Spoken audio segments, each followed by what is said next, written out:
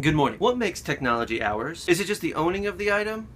Or is it more than that? Apple has made millions upon millions upon millions upon millions of iPhones. If my iPhone is just one of millions, what makes it mine? What makes my iPhone unique? What makes my iPhone different from every other iPhone? Technology is different than most things you own. You own a book, that's your book. It's your copy of a book, and it makes sense that it's yours. If you own that book, and that book falls apart, then you buy another copy. And that second copy is decidedly a different physical book than the first one. It will take you time to make that new book like the old one with the wear and the tear and maybe any notes you've made in it. So this is a watch that I got for Christmas about 12 years ago. I'm sure Fossil made more than one of these. However, there is no watch that is exactly like this watch.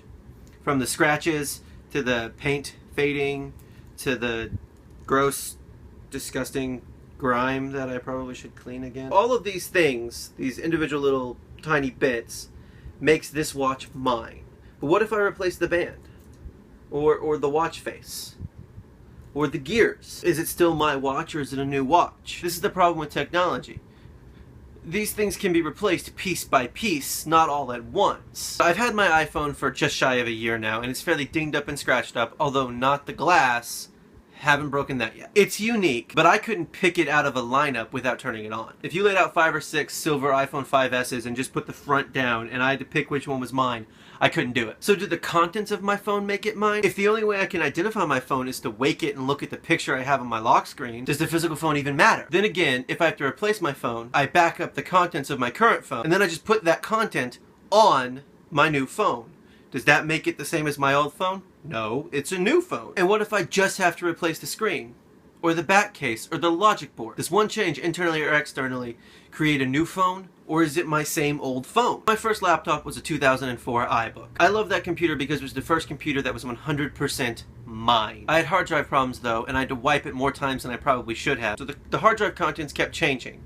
But I never stopped thinking about it as my computer. It wasn't a new computer every time I installed OS X. And I'm fairly sure that my current MacBook has had just about every component changed, with the exception of the back display case, the bottom case, and the LCD screen. And I think the optical drive as well. But I've had to replace the logic board twice, the keyboard twice, the fan, the hard drive, the RAM, either by choice or necessity. Oh, and the battery's dead. But I still think of it as the same computer I got in 2008. All in all, it seems to come down to your experience with the device. My Mac is still my Mac because of the times I've had with my Mac, despite almost all of the internal components being replaced and most of the external components being replaced. It's still my computer because I experienced that computer. I experienced ownership of that computer. But what experiences make your ownership real? The first time you open the box, the first time you make a phone call, the first time you drop it, the second time you drop it.